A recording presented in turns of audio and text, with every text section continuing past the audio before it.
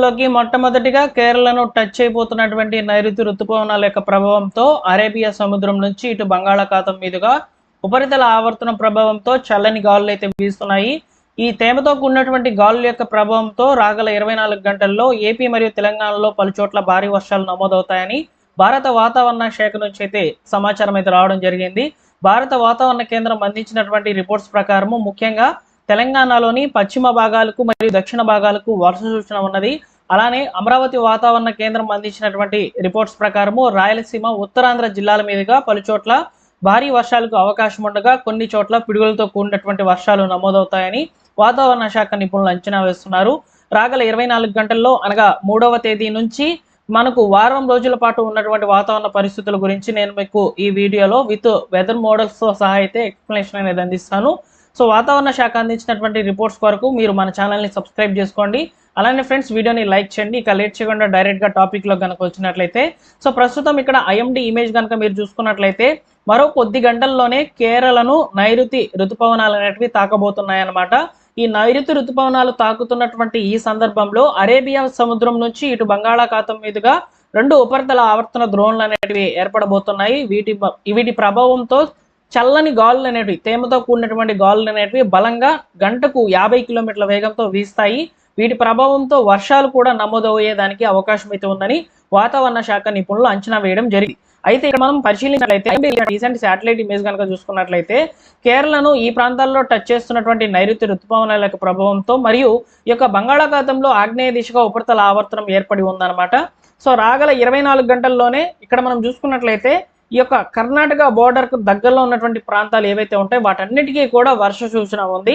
అలానే ఇటు బంగాళాఖాతంలో ఏర్పడుతున్నటువంటి ఉపరితల ఆవర్తన ప్రభావంతోనే సో మళ్ళీ వర్షాలు అనేటివి ఉత్తరాంధ్ర వైపుగా టచ్ చేసే అవకాశాలు అయితే ఉంటాయన్నమాట.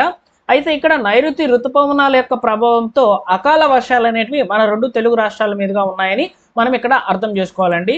అయితే అందించినటువంటి రిపోర్ట్స్ ప్రకారం ముఖ్యంగా తెలంగాణ వైపుగా ఏ ప్రాంతాల్లో వర్షాలు నమోదవుతాయంటే దక్షిణ జిల్లాలైనటువంటి మహబూబ్ నగర్, నాగర్ కర్నూల్, వనపర్తి, నారాయణపేట, జోగులాంబ, గద్వాల్ జిల్లాలు మరియు పశ్చిమ మధ్య ఈ యొక్క వికారాబాద్, సంగారెడ్డి మరియు ఈ యొక్క మెదక్, నిజామాబాద్, అదేవిధంగా కామారెడ్డి, నల్గొండ, సూర్యాపేట జిల్లాల్లో వర్షాలు నమోదయ్యేదానికి అవకాశం అయితే ఉంటుందని తెలుస్తుంది అనమాట.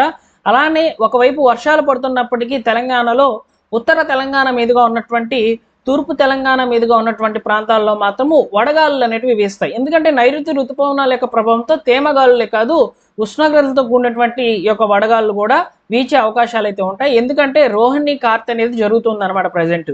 సో ఆదిలాబాద్ జిల్లా మరియు కొమరంభీం, ఆసిఫాబాద్, మంచిర్యాల, నిర్మల్, కరీంనగర్, పెద్దపల్లి ఈ యొక్క జిల్లాల్లో మాత్రము ఉష్ణోగ్రతలు 43 నుంచి 45 డిగ్రీల వరకు నమోదయ్యే ఛాన్స్ అయితే ఉంటుందని తెలుస్తుంది. అయితే ఈ అకాల వర్షాలు కూడా సాయంత్రం మరియు రాత్రి, అర్ధరాత్రి సమయాల్లో ఆకస్మిక వర్షాలు, భారీ వర్షాలు అనేటివి నమోదవుతాయని చెప్పి వాతావరణ శాఖ అయితే చెప్తోంది.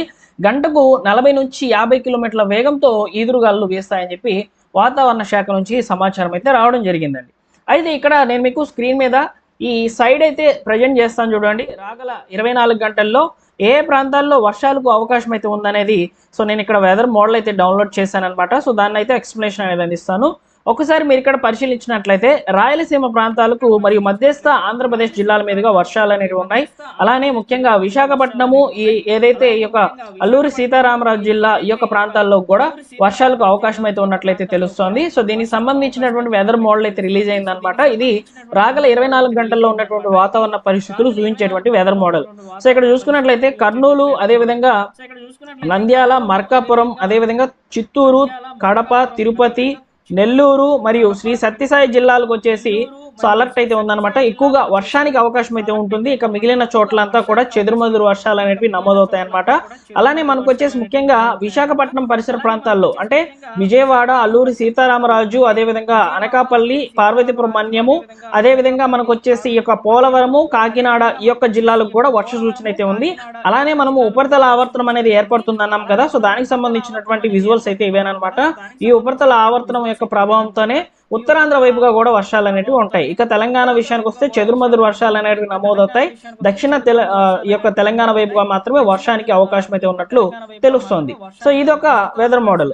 ఇక రాగల వారం రోజుల పాటు వాతావరణ పరిస్థితులు చూపించేటువంటి వెదర్ మోడల్ ఒకసారి మీరు ఇక్కడ చూసుకున్నట్లయితే అధిక శాతం వర్షాలు అనేటివి ఇక్కడ మీరు చూసుకోవచ్చు.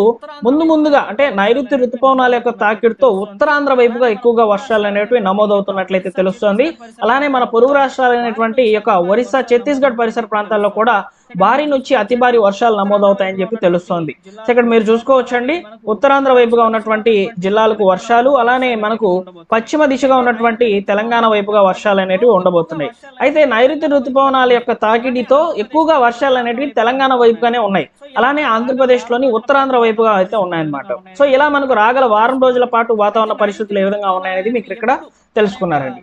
అయితే నైరుతి ఋతుపవనాలు అనేటివి ఎప్పుడు మన యొక్క రెండు తెలుగు రాష్ట్రాలకు టచ్ అవుతాయంటే, మన యొక్క రెండు తెలుగు రాష్ట్రాలకు వచ్చేసి మనకు రాగల వారం రోజుల తర్వాత అంటే 7, 8, 9 ఈ తేదీల్లో నైరుతి ఋతుపవనాల యొక్క ప్రభావంతో భారీ నుంచి అతి భారీ వర్షాలు అనేటివి మన యొక్క ఏపీ మరియు తెలంగాణ మీదుగా కొనసాగేదానికి అవకాశం అయితే ఉంటుందని తెలుస్తుంది.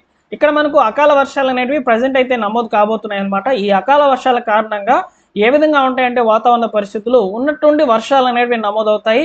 పెద్ద పెద్ద ఈదురుగాలతో కూడినటువంటి వర్షాలు, ఉరుములు, మెరుపులతో, పిడుగులతో కూడినటువంటి వర్షాలు అనేటివి నమోదవుతాయని చెప్పి వాతావరణ శాఖ విభాగం నుంచి హెచ్చరికలు అయితే వస్తున్నాయి.